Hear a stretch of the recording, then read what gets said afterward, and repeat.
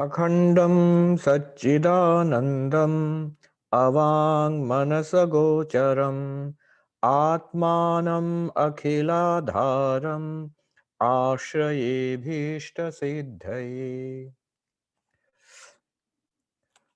Good evening and namaste, everybody.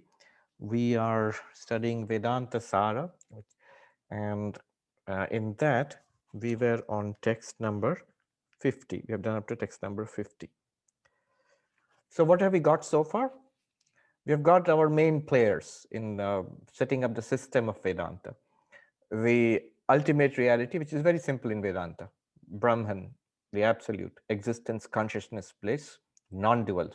So which makes it very simple for us. Non-dual means there's nothing apart from that. But then now you have to explain everything, all of this. How do you explain that? So for that, the next player that was introduced was Maya. And Maya is nothing apart from Brahman because it's not real. It's an appearance in Brahman, so it's not apart from Brahman. Therefore, Brahman still remains non-dual. It's not two. It's not Brahman and Maya. It's Brahman. But Maya to explain what we are experiencing. Now, Maya, and then Brahman, limited by Maya, becomes the god of this universe, which is, names are Ishvara, names are Saguna Brahman, and so on. Multiple names were given. Maya has total aspect and individual aspect. So taken in an individual aspect, Brahman, through what I mean by individual aspect is just, you can think of it very simply as a tiny bit of Maya, a little bit of Maya, one tiny aspect of Maya, one tiny little power of Maya.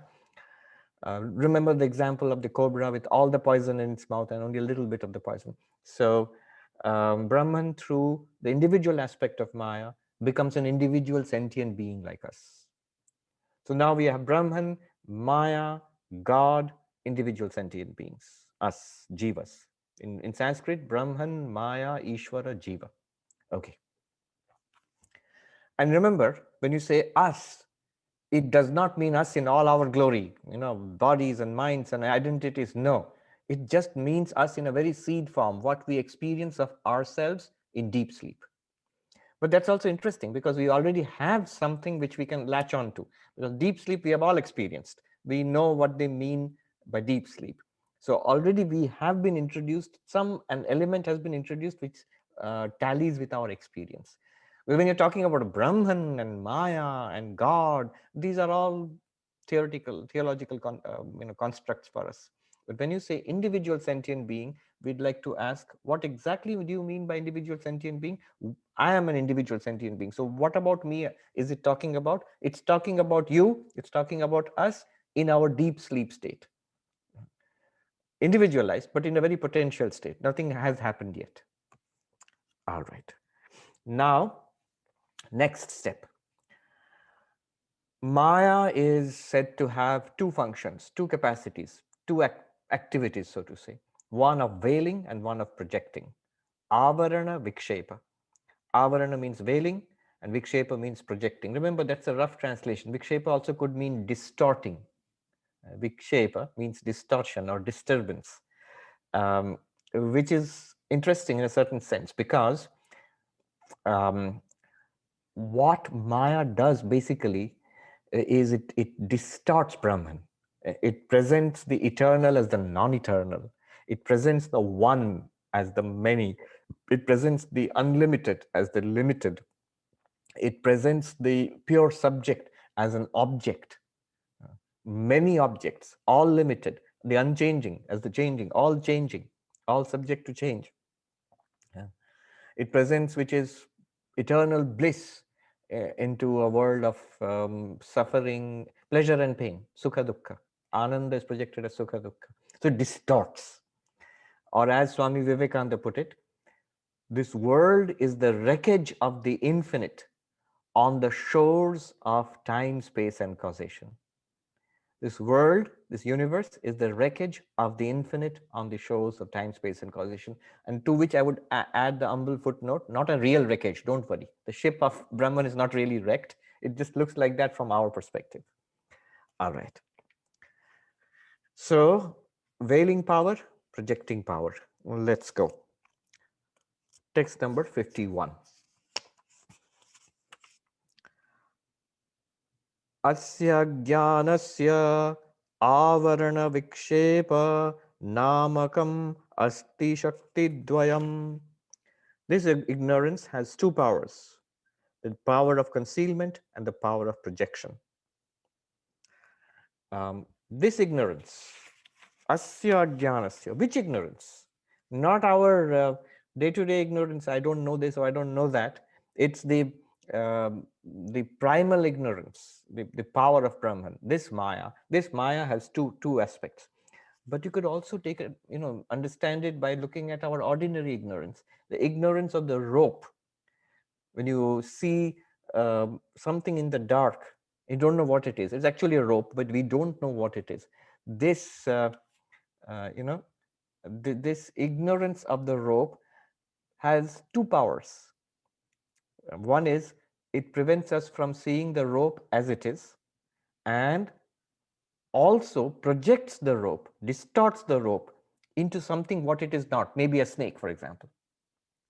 So notice, even in this very common example, it has two powers: power of concealing the reality and power of distorting the reality, power of hiding the rope and power of projecting the rope as something else like a snake. Similarly, ajnana, in ignorance or maya, has the power of concealing reality from us, that we are Brahman, concealed. This world, whatever we experience, is Brahman, concealed. We don't see it at all. And it also has the power of distorting Brahman and projecting it as this. All right. So these are the two powers, Avarana Shakti, Vikshepa Shakti. Notice one more thing here. It is the veiling power, the Avarana Shakti, which is our problem. That we do not know our real nature, that's our problem. That I do not know I am Brahman, that's our problem. The world is a problem. No, the world is not a problem. Consider the case of enlightened persons, Jivan Muktas, enlightened beings. They seem to be perfectly happy inhabiting a body and being in this world with all of us, which means they do experience the world. They do experience Brahman as this world. So the projecting power of Maya is not really a problem for them. I'll repeat that. Of the two powers of Maya, the hiding power and the projecting power, Avarana Shakti and Vikshepa Shakti, the real villain of the piece is the Avarana Shakti, which hides reality from us. And the other one, which projects Brahman as this world and as bodies and minds, that is ultimately not a problem. For once a person has realized that we are Brahman, once one is enlightened, after that also the body will appear due to what is called the lesha jnana, or the remnant of karma. So that the body will appear, the world will continue to appear, and that is not experienced as a problem for that enlightened being. They are perfectly all right with it, which means that this projected world, body and mind, are really not problems. It is samsara, the world appearance is really not a problem. As long as it is recognized as an appearance, as long as the reality is recognized that I am Brahman and all this is nothing other than Brahman, not recognizing the reality, then it's a problem. See, the movie is not a problem. Even the worst of tragedies, which can even make you cry, that's also not a problem, as long as you recognize it's a movie. You can even appreciate something like, what was that cinema about the Holocaust? Schindler's List. A terrible, terrible thing. And then, but why do you go to see it? Why do you give it Oscar awards? Because it's a movie. It's about something real, but that thing itself is a movie. And therefore, you can see the aesthetic aspect of it. You can even enjoy it after a fashion, knowing it's a movie. If it was not known as a movie, it would be a horrible thing. So the projection of the movie is not a problem. It is the reality mistakenly accorded to the movie that is a problem. So we can enjoy the movie. I remember when I was a kid, I saw the Star Wars movie in the late 70s when it was released. My parents took me and my younger brother to see the movie. And I was thrilled. until my brother started bawling. He was a baby, so he got scared with all the spaceships and all the monsters and everything, started bawling. And we got a lot of dirty looks from the people around us. I barely remember this, but I just remember being deeply resentful of my brother because we had to leave the cinema hall. My parents had to take us outside. Now, what is the problem? I was old enough to see that it's a movie and thrilled about it. My brother was not old enough to see it's a movie. He was scared by it. That's the difference. That's all the difference that is. We both saw the same thing, but the experience was entirely different. The huge difference was made by the sense of unreality of what I was seeing. Then I could enjoy it as an aesthetic experience. Whereas the baby couldn't. The baby saw it as something scary, sounds and terrifying pictures and all. It was really scary for the child.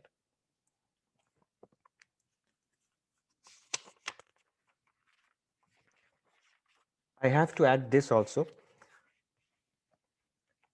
It is too crude to say that we in ignorance, we are subject to the veiling power of Maya and the projecting power of Maya, whereas the enlightened person is not subject to the veiling power of Maya and is subject to the projecting power of Maya. No, that's also a little too crude, because the enlightened person is also not subject to the projecting power of Maya.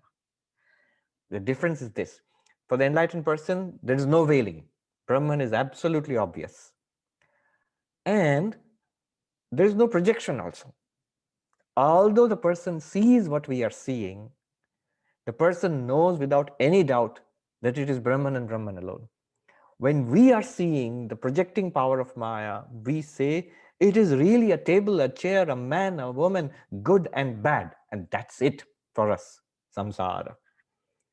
But that's not how the enlightened person sees. With the eyes, they see the same thing. With the ears, they hear the same sounds. But they see it as Brahman alone appearing in all these ways. So it's not quite true to say that the enlightened person continues to remain subjected to the projecting power or the distorting power of Maya. Maya does not distort for the enlightened being, although they keep seeing this world. There's so many misconceptions. Uh, somebody shared a paper with me. So this scholar, I think in Oxford University or something, good paper comparing Kashmiri Shaivism and Advaita Vedanta. So there was about 3 pages comparing enlightenment, Kashmiri Shaivism and Advaita Vedanta. And this lady has done a good job, but totally wrong. And in 3 pages, I found 6 mistakes. Most of the mistakes come from this wrong idea of Advaita Vedanta. So for example, here's the mistake. So she writes that, and she's not alone.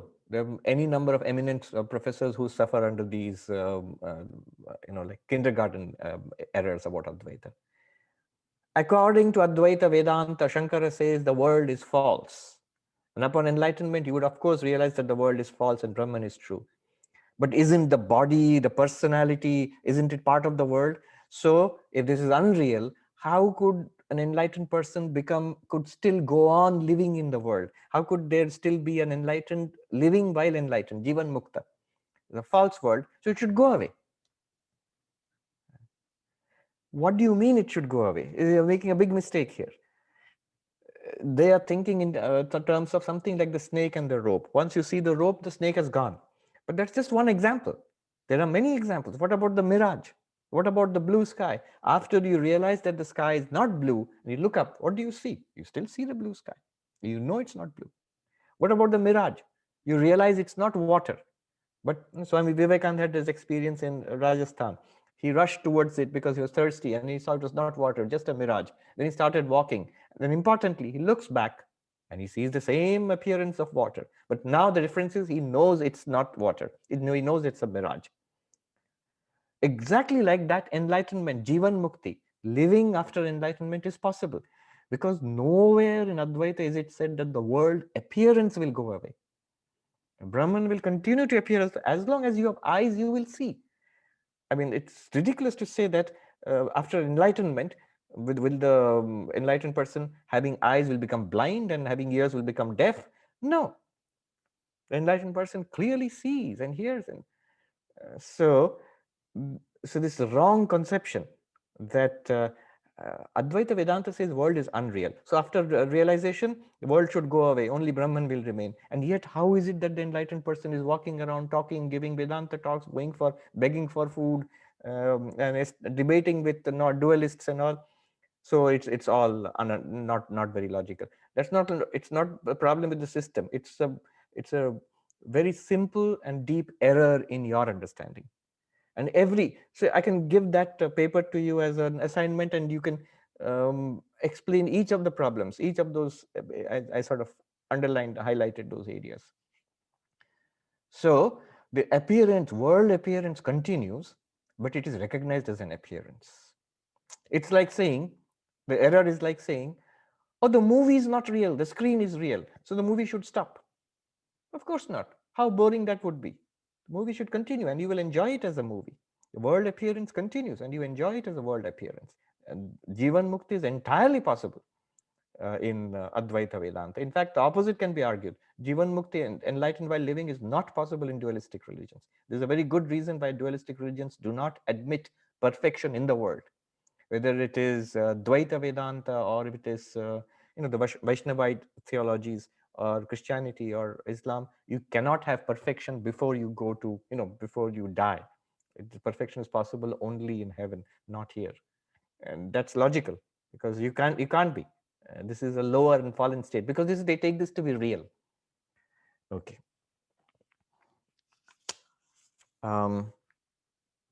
Now, he will first talk about the veiling power and then the projecting power. So two powers, veiling power and projecting power. That's the enlightened person, but we are back to our problem that we see a real world. And how is that? First, the veiling power. Text number 52. Avarana shakti stavad alpopi megho aneka yojanayatam aditya mandalam avalokayitri nayana patha pidhaya kataya yatha achadayativa तथा ज्ञानम परिच्छिन्नमपि आत्मानम अपरिच्छिन्नम असंसारिणम अवलोकयित्री बुद्धिपिधायकदया आच्छादयतीव तादृशं सामर्थ्यं तदुक्तं घनच्छन्नदृष्टिं घनच्छन्नमर्कं यथा मन्यते निष्प्रभं चातिमूढ तथा बद्धवद्भाति यो मूढदृष्टे स नित्योपलब्धि स्वरूपोऽहमात्मा इति हस्तामलकस्तोत्रम्. Translation. Just as a small patch of cloud, by obstructing the vision of the observer, conceals as it were the solar disk extending over many miles, similarly ignorance, though limited by nature, yet obstructing the intellect of the observer, conceals as it were the self which is unlimited and not subject to transmigration. Such a power is this power of concealment.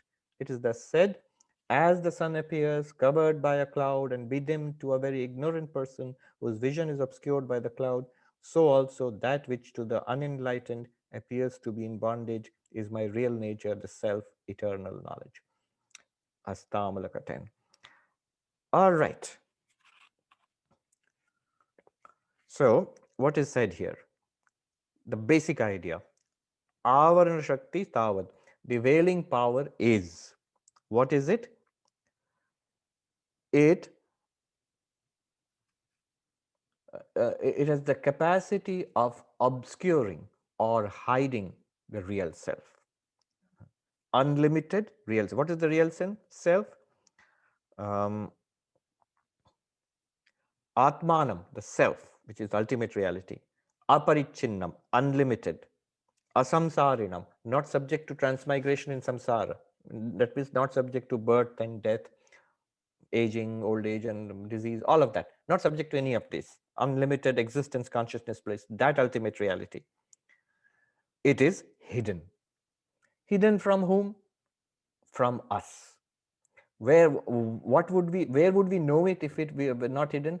Buddhi, in our understanding. Whose understanding? Avalokayatri buddhi, to the knower, us, the inquirer. In our case, it is hidden from our understanding, not from our eyes, from our understanding. It is covered, as it were. Now one may ask, how is this limited ignorance able to cover your precious, all-powerful, absolute Brahman? How is a little figment of ignorance, darkness in the mind able to cover infinite existence, consciousness, bliss? That sounds ridiculous. He says, no, it's not ridiculous actually. It's like saying clouds covered the sun. If you think about it, that's actually a ridiculous assertion. The sun is enormous, is blazing forth, far bigger than the entire world, far, far bigger than the entire earth itself. How can a few wisps of water vapor floating around in the sky cover the sun, obscure the sun? It's because it can, because it doesn't have to obscure the sun. All it has to do is to prevent you from seeing the sun. It has to just block our vision. It doesn't have to cover the reality of the sun. The whole disk of the sun doesn't have to be covered by clouds, and it's impossible. It can't be. There's no question of that. But our vision, it's sufficient if our eyes are obstructed from seeing the sun. That's as good as covering up the sun. Similarly, ignorance in the mind prevents the mind itself from realizing its true nature, which is Brahman. It doesn't really have to cover up Brahman or do anything to Brahman. So the idea that how can ignorance, Maya, or whatever it is, didn't you say it's unreal? How can an unreal Maya cover up the reality? It doesn't have to. It doesn't have to.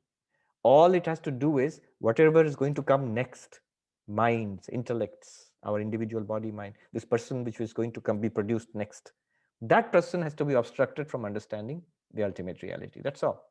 And that ignorance can do very well, because it's just obscuring our vision, our understanding of our real nature. That's it. So if you look at the text itself, Avarana Shakti Tavat. So in this context, veiling power is what? Megho Aneka Yojana Ayatam Aditya Mandalam. The Aneka Yojana, the vast, many, millions of miles across the disk of the sun. Avalokayatri Nayana Pidhakayataya. It obstructs, covers the vision of the seer. Although Alpoapi Megha, the cloud is small. It's really tiny compared to the sun itself. Though it is tiny, it can effectively obscure our vision. Just like that, Yatha Achhadayati Eva, it as if covers the sun. Eva, as if covers the sun. Doesn't cover the sun, just obstructs us. Tatha Jnanam, exactly like that, ignorance. What does ignorance do? Parichinamapi, although it's limited. Yes, I remember. I know it's unreal. We said in that text number 33, I think, the only reality is Brahman. Ignorance downwards, everything is unreal. Limited, unreal, I know all of that. All it has to do is Atmanam aparichinnam, the unlimited non-samsari Atma, the non-dual existence consciousness bliss. The understanding of that is obscured in the understanding of the onlooker, the seer, the seeker. That's us. That's all it does. Sri Ramakrishna gave a very simple example, two examples. In a very homely manner. He said, look, I'm sitting on that cot in Dakshineshwar. And then he held up the gamchala, the cloth, like a towel, like a very thin towel. He held it up in front of his face. Look, you can't see me now. And then I removed it, you can see me now. Another example he gets from the Ramayana. So Rama, Sita, and Lakshmana are on their way to the exile. And Rama walks ahead in the forest, and Sita is behind him, and Lakshmana is behind Sita. Now, Lakshmana is like the Jiva, individual being. Rama is God, and Sita is doing the work of Maya, covering the ultimate reality. It's only when Sita steps aside that Lakshmana, the individual being, can see the reality. So that's another way of putting it. All right. Now, he gives a quotation to back it up, what he has just said. A very beautiful quote from a very beautiful hymn. This is from Hastamalaka Stotra. So what it says is, Ghanachanna drishtim, Ghanachanna markam, just as a view, your vision is obscured by the cloud, and it seems, the fool says, the clouds have covered the sun. It's the fool's vision which has been obstructed. Atimura, the fool, it says, the fool says that the sun has become dim today. Nishprabham means dim. Just like that. Baddhavad bhati yomura drishti, very inspiring language. That which seems to be bound and samsari for the vision of the ignorant, for the understanding of the ignorant person. I am a samsari, I am subject, I am this person, I am subject to so many problems, I'm unhappy, I am ignorant, I am miserable, I am a man or a woman, and I'm old and unhappy and frustrated and subject to, I'm going to die soon. All of that, this is called Baddhavad Bhati, appears to be bound and limited in samsara. Whom? What language? Muradishte, in the view of the foolish. That very self, which seems to be bound in so many ways, in the view of the foolish, Nitya Upalabdhi Swarupa Hamatma. It is ever revealed, most obviously, effortlessly revealed to the enlightened as the absolute reality.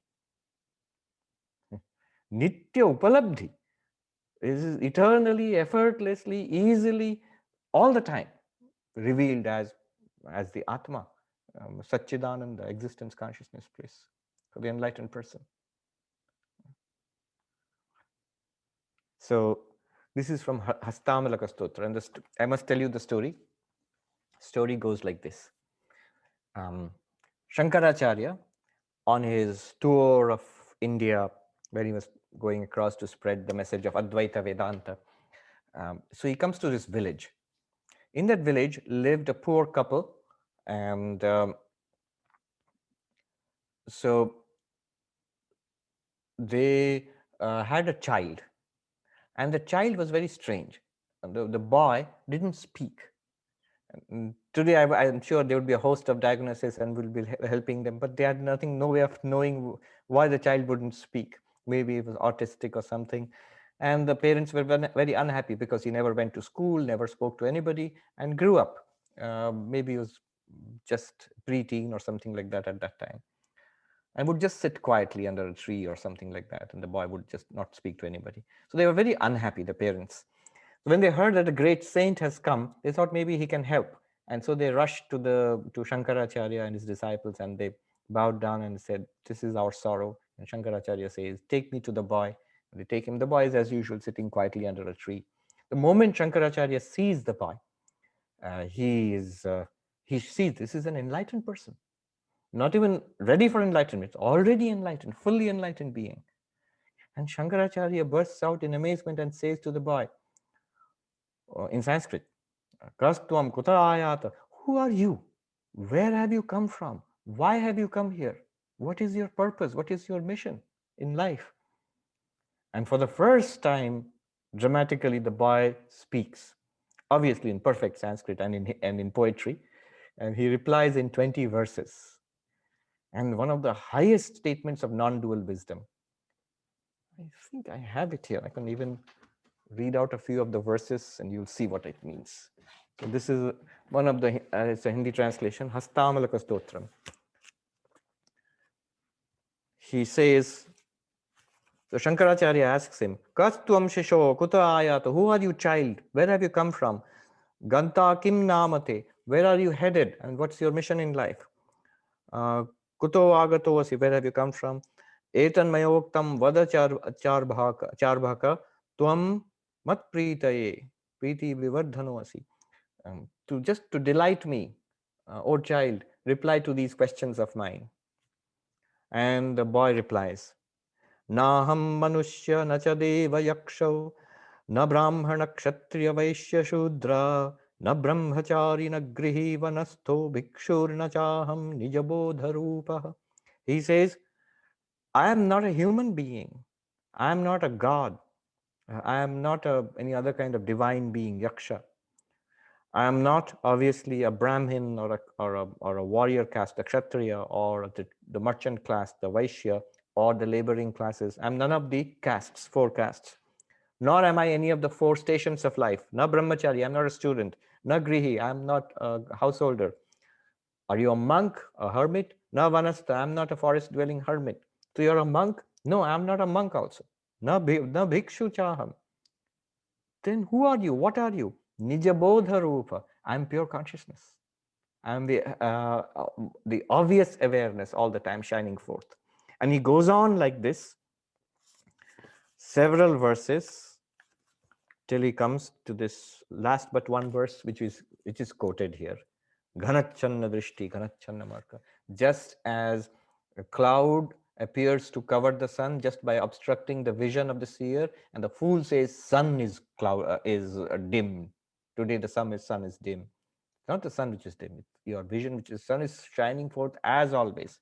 Even on the darkest, most cloudy days, it is by the light of the sun you see the clouds also. So in the same way, he says, the fool who considers the self to be bound and suffering in samsara, that very self I see to be ever revealed as pure consciousness bliss. And ever revealed, nitya upalabdhi, all the time effortlessly experienced. So very powerful verse. Shankaracharya named him Hastamalaka Acharya. Amalaka is the myrobalan fruit. So it says your realization is like a fruit kept in the palm of your hand. When you keep the fruit in the palm of your hand, you can see it so effortlessly. For you, the realization that you are the absolute is as effortless as that. And so the master whose realization is as effortless as seeing a fruit in the palm of your hand. That's the meaning of the whole name, Hastamalaka Acharya. And Shankaracharya tells the parents, give this boy to me. What will you do with him? Because this boy to me, he will be really useful in my mission. And they agree. And of course, the boy sets up with Shankaracharya, becomes one of his closest disciples. So that's the story. Now, next. So this covering power. What's going on with this covering power? Anaya avritasya kartritva bhoktritvavat sukhitva dukhitvadi samsara sambhavanapi bhavati yatha swagyanena avritayam rajvam sarpavat sambhavana. The self covered by this concealing power of ignorance may become subject to samsara, relative existence, characterized by one's feeling as agent, the experiencing subject, happy, miserable, etc., just as a rope may become a snake due to the concealing power of one's ignorance. What has been said here? Once this covering power is in play, what happens? A rope is no longer seen as a rope, and it's the possibility of an error comes. Error cannot be there until ignorance comes. So ignorance, then error. There is a reality, then there is ignorance, and then there is error. First, there is the ignorance, which covers and then projects or distorts. So the ignorance covers the rope, so to say. Because what does it mean, covers the rope? We don't know the rope as a rope, but we know something is there. Then next comes the error. It's a snake. Or somebody said it's a crack in the ground. Somebody said it's a garland which has been discarded from the temple. Something or the other. Similarly, in this way, the self, the ultimate reality which we spoke about, non-dual Brahman, avrita, being hidden from our experience, our understanding. Now it seems kartritva, it is seen as a doer, an agent of action in connection with the mind, speech, body, the thinker of thoughts, the speaker of words, the doer of actions. What's wrong with that? The moment you do that, agent of actions, then the law of karma is put into, it starts, chugging away. The wheels of karma start rotating. Then we are well and truly caught. Because those will give, the actions will give results, and the agent will get the results of the action. Then the agent becomes bhoktritva, bhokta, the experiencer, the enjoyer or sufferer of the results of the actions. You are the doer, and it is only just that you will get the results of your actions, both good and bad. Do good, this is called dharma. The result will be punya, merit. And the result of merit will be sukha, pleasant things will happen to you. And consciously, knowingly do bad, evil, adharma, the result will be papa, demerit. And the result of papa is dukkha. A series of unpleasant things will happen to you. And you are called the bhokta, the experiencer. Experiencer of what? The results of your own actions. Often it's translated as enjoyer. I don't know what is translated here. Subject, experiencing subject. That's correct. It's not always enjoyer. Often it is the sufferer more than the enjoyer. So bhoktitva is the one who enjoys and suffers the results of one's actions. Then what will happen? So what? Sukhitva dukkhitva. Happy, sad, wanting happiness, but getting misery. This is called samsara. Samsara, sambhavana, the possibility. Now this is now a clear possibility. This is going to happen now. Once the real self is covered. As yatha swagyanena avritayam rajvam sarpatva sambhavana. As the rope is covered or obscured by one's ignorance, it can appear as a snake or something else. Now he's going to make another very important point for Vedanta philosophy. But before we go there, let me quickly take a look at the activity here in the chat. And so these are important points which are being made. These are fundamental issues. One more point I want to make today, but before that, let's quickly take a look. The chat first. Krishnamurti, Vishwanathan. Vedanta Sar is describing some constructs of Advaita philosophies. Vishishtadvaita will have their own constructs. They are followers of both who have attained enlightenment. Different descriptions of the absolute. Does this mean that these philosophies are approximation? Correct. Enlightened people see the same truth regardless of philosophical differences. Correct. That is what we would say, especially I as a follower of Sri Ramakrishna or Vivekananda, we know that that there are enlightened persons in all traditions, not just the different schools of Vedanta, but in Tantra and in Christianity and Islam and nowadays without any particular tradition also, there are people, always there are people who are enlightened, and they may have different intellectual frameworks for this. So Vedanta Sar is remember what it is. It is an introductory textbook for the school of Advaita Vedanta. So it gives you the intellectual framework necessary to understand the Upanishads from an Advaitic perspective. That's the purpose, very clear purpose of this book. So there are introductory books for Vishishtadvaita Vedanta, which will give you the tools for understanding the Upanishads from a Vishishtadvaitic perspective. Are they all interchangeable? Not really. It's not all that simple. Why would you prefer Advaita Vedanta? Because if you try out, if you take a look at Vishishtadvaita, Advaita, or all the others, there's a very good reason why they are called theologies. They involve a very great amount of belief from the very beginning. You have to accept certain things. There is a God, and all-powerful, omniscient, all of that. They said, but Swami, didn't you just talk about defining God and all that? We just did that. Yes, but remember, ultimately, what is going on here? Adhyaropa apavada, superimposition and desuperimposition. You're not allowed, we are not even being asked to take the conception of God here very seriously. Advaita Vedanta can be regarded as a philosophy, and very rational, logical, based on experience. The rest are all heavily theological. Yeah. But even then, even isn't Advaita Vedanta, as he would say, is it an approximation of the absolute truth? Yes, it is. Advaitins are bold enough to admit. Gaudapada himself, 1400 years ago in the Mandukya Karika, he clearly says, some people prefer a non-dualistic approach. Some people prefer a dualistic approach. So the fact remains, the truth is beyond our conceptions of duality and non-duality.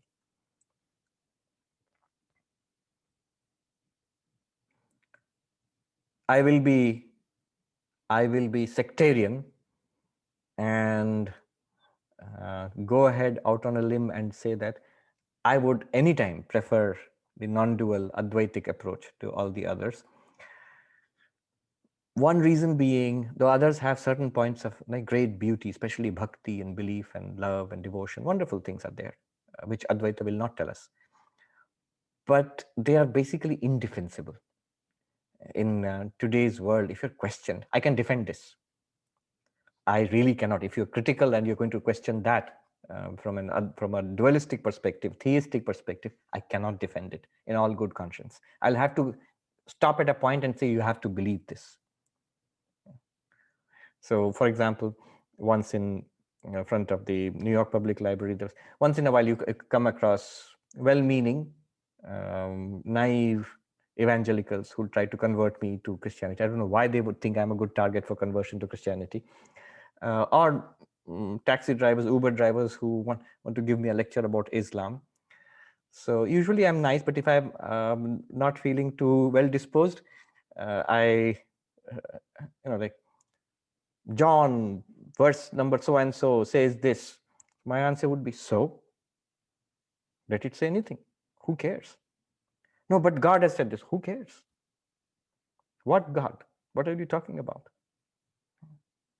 Any dualistic system, you can use Christopher Hitchens, like the simple answer to any, or simple response to any kind of dualistic theistic talk would be, what are you talking about? It's just white noise. Talk about something that is within experience. Don't give me a certain belief system. Why would I accept your belief system? God has said so, saints have said so. Well, saints and God has said many other things also in different religions. Which one will I accept? Why should I accept any of it at all? So, okay.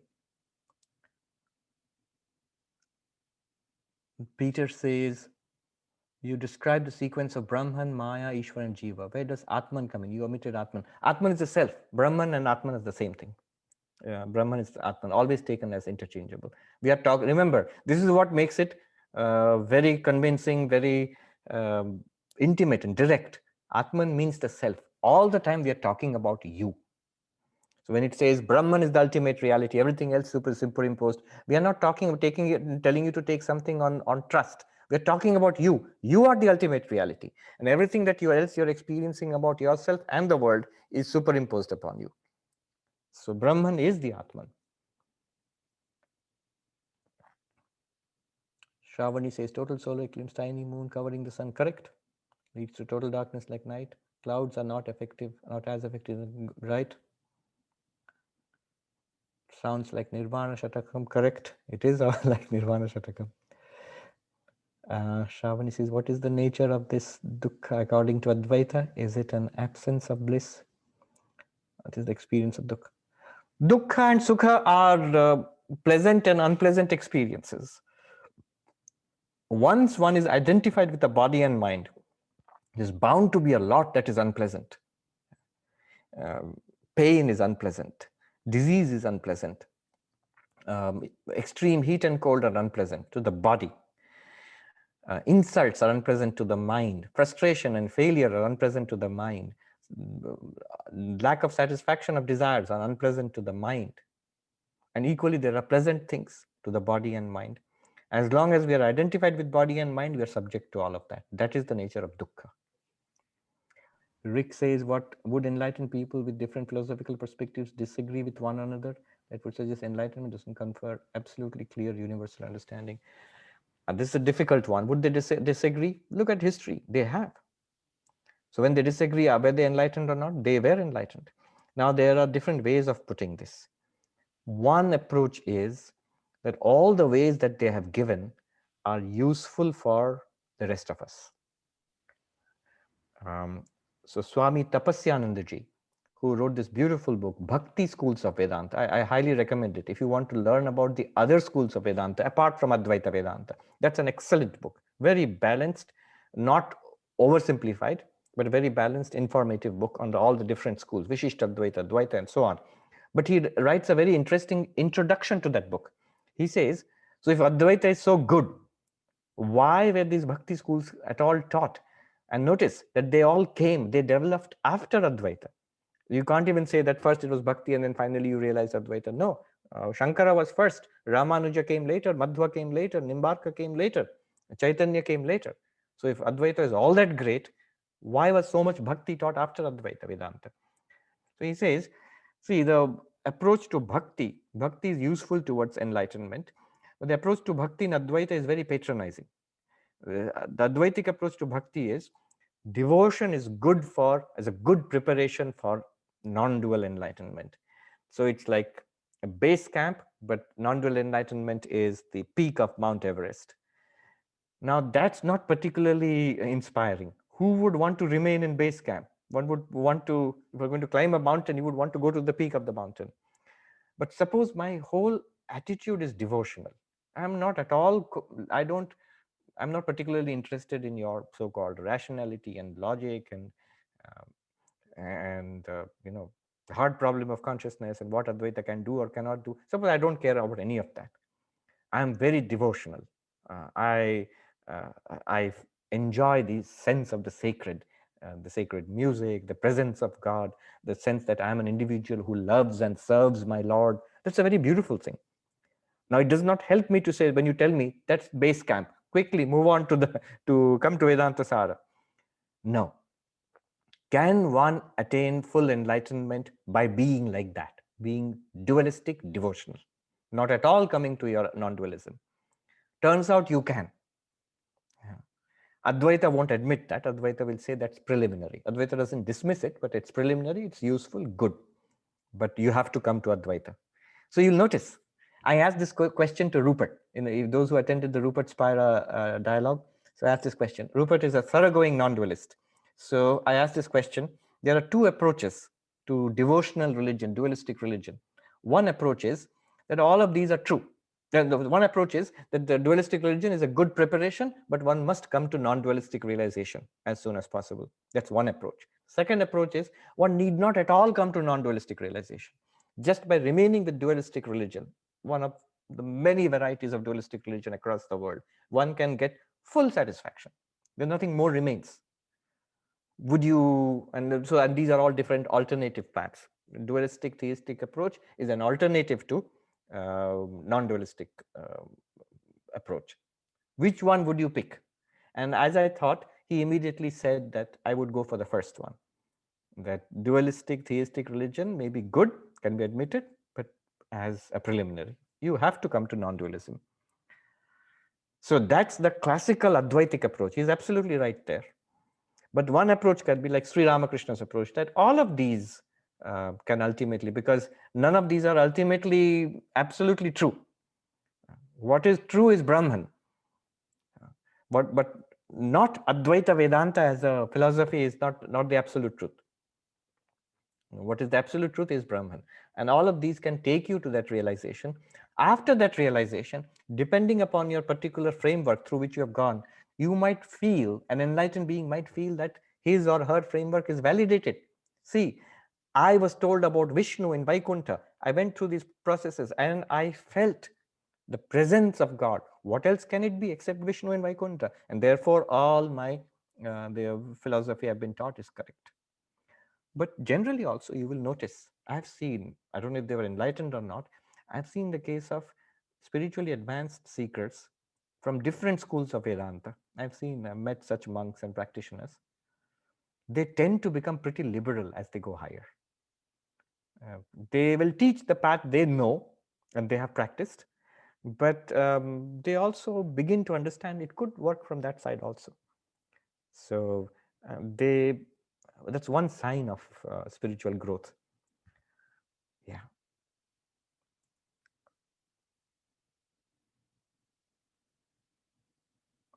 Perhaps they do have absolutely clear and universal understanding, but only different semantics. Yes, we could say that. Their clarity, definitely have clarity. In fact, I've seen sometimes the opposite also happens. A certain loss of liberality also happens.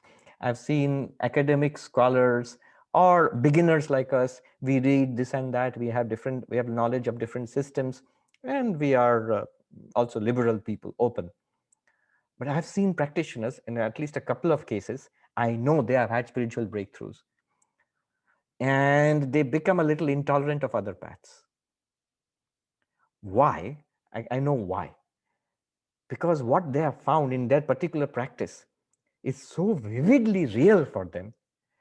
And Clearly, they see that it's irresistible. The power of that is irresistible. And the rest of it seems sort of, stale. It seems dim by comparison. So even if they are not liberal to begin with, they would not be liberal at the end of it also. I mean, I'm always reminded of someone as great as Saint Francis of Assisi. Wonderful. But you also know that he went off to Egypt to convert the Muslims. Obviously, he then fallen and all, convert them back to the right path, which is Catholic Christianity. He was very lucky that the Sultan there was a very liberal and sagacious person who saw this monk who came to convert him into Christianity and save him from his fallen Islamic ways, who saw this person for a sincere saint and liked him and sent him packing back with his head still on his shoulders. So why would you think that Saint Francis, being an enlightened, was he enlightened? Absolutely, I have no doubt about it. Why would you still think that he wants to convert Muslims into Christians? Because of, remember, that was several hundred years ago. His idea of Islam would be like a distorted religion, not a true faith. His idea, and enforced by his realization, would be further enforced. His idea of being a staunch Christian Catholic would be further enforced by his vivid spiritual experience. That is obviously true. And the rest of it, therefore, must be false. I'm sure if he went through a nice period of education in Islamic mysticism, he would find the same beauty there itself, and it would probably broaden out. Yeah.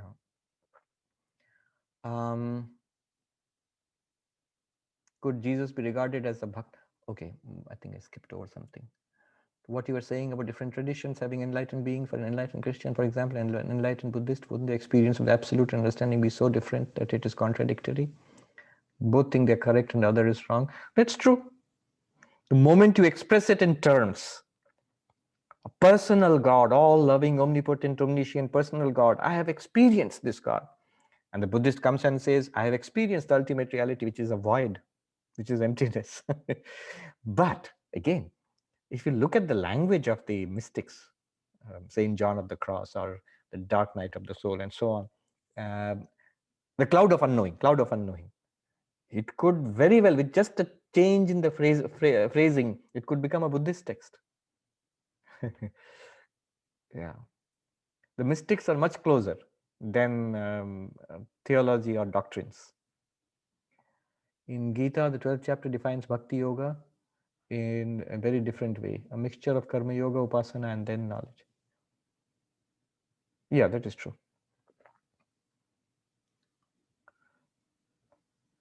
It's Anuradha. Oh, no wonder. Anuradha is a staunch non-dualist. So that what you are saying defines Bhakti Yoga in a very different way, mixture of Karma Yoga, Upasana, and then knowledge. That is from Shankaracharya's commentary.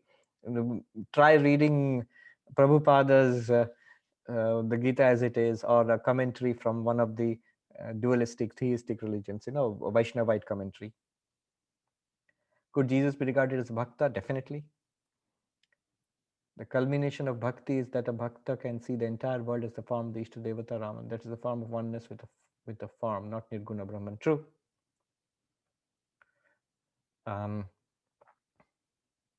Simran says, important to distinguish the difference between experiences of awakening, sattva, and actual enlightenment. Jivan Mukta would be free from the imagined world of thought and therefore not have an argument with other philosophical systems, as there is in no reality to thought. Thought or chitta is also Maya. Prior to that, yes, it's important to know that we two students are perceiving from that which is beyond the mind, from mind. So there is a need to, the very least, at least a mind is trying to perceive a reality that is beyond it. So it's tricky. Yes, that is true. Swamiji Pranam, you mentioned that ignorance in individual jiva is the seed form as in deep sleep and not the body and mind. Isn't body and mind also mind? Yes, but what I mentioned, it's to come. It has not yet come. See, we have not come across mind and body. All that will be produced soon.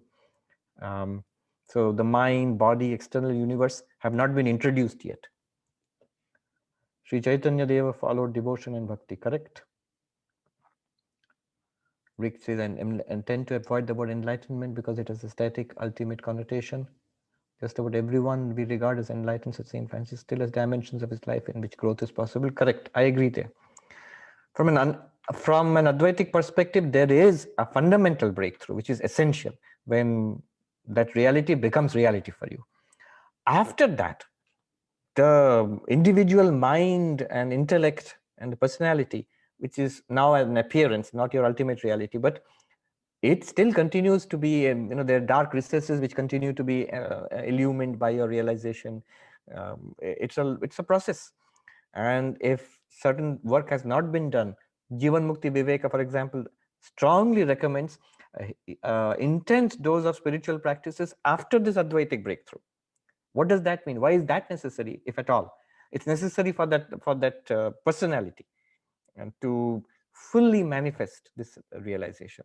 Just because you have made a breakthrough does not mean you are fully able to manifest. That's why I like Swami Vivekananda's definition of religion. Manifestation of the divinity already within us. He doesn't say knowledge of the divinity or being enlightened about the divinity already within us. Manifestation. Manifestation means in action, in thought, in word. Have you become a perfected saint in your life? That still might not be the case even after breakthroughs, spiritual breakthroughs. That is a continuous process. Swami Brahmananda, he said Nirvikalpa Samadhi is the beginning of spiritual life. What does that mean? Okay, just I wanted to make one point. People have raised the hand, so then let me not make that point. It's an important metaphysical point, which we'll see next time. In order to not leave you hanging, the point will be that how is Brahman the cause of this universe? So what is a cause? What are the different types of causes? And in what sense Brahman is the cause? In what sense do theistic religions see God as the cause of the universe? And how is that different from Advaita Vedanta, where Brahman is seen as the cause of this entire manifested universe? That point will be taken up next. Let's see the people who raised their hands. Namaste, Swamiji. Namaste. Swamiji, when Gaudapada and Shankaracharya, when they talk about the Drishyam, the concept of if I experience something, that's not Brahman. Although they say it unconditionally, looks like they're only talking to the Jivas, right? Not to the Jivan Muktas. Because Jivan Mukta, everything they see and experience is Brahman alone. Is that correct, Swamiji? Yes and no. Suppose I tell you that the bracelet and the necklace and the ring, that's not gold. That's true in a certain sense. The ornament, the name and the shape and the function of the ornament is not gold. It's the substance of the ornament which is gold. And I'm saying that that's not gold to point out to you that the underlying substance, a necklace is not equal to gold or a bracelet is not equal to gold, but the reality of the necklace and the bracelet are gold. Now, because you know what is a necklace and what is gold, this makes sense to you. Now, for the enlightened person also, the gold enlightened person who knows what gold is, like you, when I say to you that necklace itself is not gold, you understand. What you understand is, yes, name necklace is not gold, the form of the necklace is not gold, but the substance of the necklace is gold. You understand that. But a person who does not understand what gold is at all will find it mystifying, that you are saying that necklace is not gold, bracelet is not gold, ring is not gold, yet the reality of necklace, bracelet and ring are the same, one and the same gold. What is it? What are you talking about? How can necklace and bracelet and ring be the same thing? They're all obviously different. No, it is the same thing. Yeah. So when we say Adhyaropa and Apavada, they don't have any effect on Jivan Mukta. No, they don't. So which means now probably they are experiencing Brahman through all these names and forms. Yes. The Jivan Mukta experiences the non-dual reality through all this duality. When you have duality and you talk about duality, this world which we are experiencing, does it make sense to the Jivan Mukta? Of course. When you say, I'm thirsty, I want a glass of water. The Jivan Mukta will not respond by say, who is thirsty? What is water? There's no water, there's no thirst, there's no glass, it's all Brahman. No Jivan Mukta will ever say that. It makes perfect sense to Jivan Mukta. But there is something that makes sense to Jivan Mukta which does not make sense to us. That how is How is the glass and the water and the drinker, all of that is one reality, Brahman? That does not make sense to us because we don't know that underlying. We don't know the gold which constitutes the ornaments. When Hridayaram, there's this madman came to Dakshineshwar, seemed like a crazy person. And Sri Ramakrishna said, look, he's an enlightened being. So Hridayaram, Sri Ramakrishna's nephew and attendant, he ran after that madman and said, please give me some advice. This is a story how that madman seemed to throw stones at him to dissuade him. Finally, Hridayaram would not give up and said, give me some advice. And the madman said, when the water of the Ganga and the water of this ditch is one and the same to you, then you have achieved enlightenment. What does it mean? How can something dirty and pure be one and the same thing? How can the water in the Ganga and in the ditch water be the same thing? It's because he's not talking about water. He's not talking about ditch water or Ganga water. He's not talking about pure or impure. He's talking about the underlying reality. Yeah. Thank you. So would Adhyaropa Apavada, superimposition, desuperimposition make sense to an enlightened person? In the sense, yes, the enlightened person would be can easily use it to enlighten others as a technique. Yes. Who's next? Good evening, Swamiji. Good evening. Then, is it right that when we speak about the Jivan Mukta, is essentially like educated, trained ego that knows that it's not I. It continues to function in the world, but it knows the true reality, that it's not like, there is no more this association. Whatever happens, there is an I label attached to it in a strong sense that this is me or mine. Correct. It still continues to function. Yes. Many people think that the ego will go away. Yes, but in what sense? I often make fun of that. The ego will go away. Is it like a failure after enlightenment? Do you have a heart attack or a stroke? Some part of your body, will your liver or your heart stop functioning? No. Then will you lose memory? No. So if all parts of your body and my mind are functioning, why won't the ego function? The ego will also function. But you realize you are not the ego. The knowledge is there in the mind itself. You realize that you are not the ego. So so the ego realizes that the ego is not the I. It's not that the ego realizes. You realize. You did not know your own nature earlier, and all you knew of yourself was the ego. I and the ego were one and the same thing earlier. Now I realize I am not the ego. That's a very interesting thing. Shankaracharya says, Ahankara na aham. I am not I. How? How can you say that? It's because the ego points to something beyond the ego. We are no longer limited to the ego. And then in this particular transition is sort of, is that the mystical portion of Vedanta, non-dualistic Vedanta, because you cannot really explain it? Yes, but let's not call it mystical. Let's just say it's an intuitive jump that comes. It just becomes clear suddenly. I mean, this.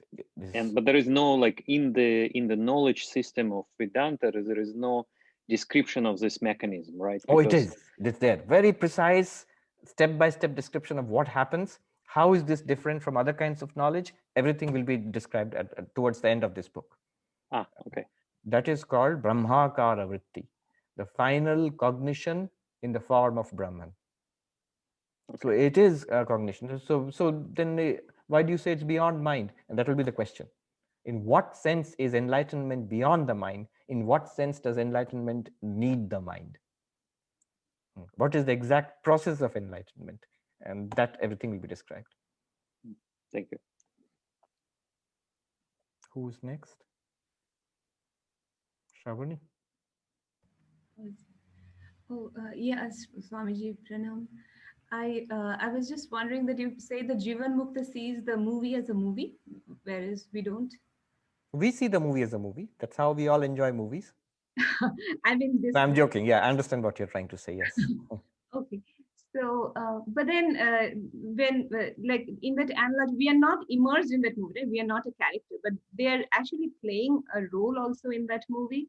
And again, going back to, I think you didn't answer the second part of the question, or at least I didn't catch it. Like, how this dukkha, this it is in the mind, but how is their experience of dukkha? Is it they see that the mind is not me, something like that? Is that Correct. Very, very clear description is given by Sri Ramakrishna. When Hari Maharaj asks him, Yeah. are you suffering? You remember the famous incident when Sri Ramakrishna says that that yes, there's a pain here, I cannot eat. So is he lying or is he pretending? No, he is experiencing it just like any cancer patient would experience it. Then what's the difference? The difference comes next when Hari Maharaj says, but sir, I see that you are in great bliss. And Sri Ramakrishna bursts out laughing and says, oh, the rascal has found me out. So in what sense are you in great bliss in the midst of cancer, which is very real at its own level? At the relative level of the world, it's real. It's only when you see yourself, one sees oneself as the cancer patient and also realizes cancer patient, world, all of this is the movie and the screen of the absolute. Both are clear to you simultaneously. Even when they're playing a role in that movie, though, right? They have a character in that movie. Yes. So movie is, movie analogy, you are riding it to the death. So you let it go. You can now take up, nowadays there are virtual realities in which you can actually enter in a virtual reality. So think about it that way. Yeah, there was a very nice description. See, what would it be like? We get so absorbed in seeing a movie. We get lost in the story and the emotions. Now imagine we lose, it's not just sight and sound, it's also smell and touch. So they're working on it actually. In MIT Media Labs, I got a tour of some of the cutting edge technology, and there are things floating about in the air. And if you touch them, you actually feel a sense of touch. How they do it, they've got something called haptic sensors and haptic stimulus. That they fire little bursts of air towards your skin. So you feel you're actually touching something, but there's nothing in the air at all. You're holding an object. So touch, suppose touch is simulated, heat, cold, pressure, smell, taste. Next, suppose all is this. So how immersive would it be? A 5-dimensional, 5 senses all fed. Now next, suppose you lose all sense of your body sitting in the chair. You are entirely into the movie. Next, suppose you are not only a character in the movie, your thoughts are the thoughts of that person. You are no longer have the thoughts of Shravani, the movie seer. So you have the thoughts of the person in the movie. You would become that person. It's only when the movie is switched off, suddenly you will get a shock that I'm sitting here, I'm Shravani. I'm not that person in the movie. Right. So they see themselves as a screen. I mean, again, going back to, they do not identify. No, they don't identify. While fully experiencing all of it, they do not identify. Because they see the reality shining forth so much. It's not abstract. It's not abstract at all for them. For them, the world, what we consider to be a real world, is more abstract. And Brahman is the concrete reality. Nisargadatta was once asked, so you experience Brahman all the time? Yes. So how do you experience Brahman all the time? Is it like some kind of abstraction, thought, concept, philosophy? He says, not at all. Look up in the Mumbai sky at that time. The sun was shining and also the moon. You know, sometimes you get the moon in the horizon while the sun is also up. Look at the sun blazing forth. Yeah. Unmistakable. And the faint horizon, the faint outline of the moon on the horizon, that also revealed by the light of the sun. For me, Brahman is like the sun, and what you call the world, body, mind, everything is like that faint moon. Effortlessly so. That's what Hastamalaka was talking about 1400 years ago. It's effortlessly there for the enlightened person. Not abstraction, not conceptions. Yeah. Thank you. Maharaj, I just I'm listening to Swami Pitamaranandaji's talks on Karma Yoga, and he mentioned something stuck in my mind. I thought I should mention. He said that the ignorance is the connection between subject and object, and when you cut that, the knowledge cuts that cut, and it's kind of stuck with me. That is really very compact way of saying. I just wanted to have your. It's good. That's a good way of putting it. And what is the connection? What is it made of? That I did not understand actually, because he just The mentioned it answer on is his. this. What is that connection made of? Is it actually a rope which ties you to subject to the object? Is it some kind of He said it thought? was ignorance. Yeah. Ignorance is the connection. So what is that connection? What is it made of? So ignorance is made of what? So I'm just saying because once Yes, yes. Uttarakhand Sadhu put it very nicely. He said, "Bevkufi matra hai." It is stupidity is the only connection. There is no connection whatsoever. No connection at all. No connection whatsoever. That's the meaning of ignorance being the connection. There is no connection at all. It seems is to be connected. The way he said it is easy to visualize it that way. If you remember, we have studied it all very precisely. Drig Drishya Viveka. Yes. What is the connection between Sakshi, the pure consciousness, reflected consciousness, and the mind? So Sakshi is not connected to those two at all. It's just ignorance. Good. Thank you for adding that. That really helps the understanding. Correct. Thank you. Correct. Thank you so much. Rodrigo says, but then experience ultimately transforms the person into a different person. Yes, the person, you're no longer the person, but that person which all of us see as the enlightened person, would that person be transformed? Yes, certainly. Certainly. Swami Vivekananda says a fool emerges from that as a saint. All right, let's bring this to a close. Om Shanti Shanti Shanti Harihi Om Tat Sat Shri Ram Krishna Arpanamastu.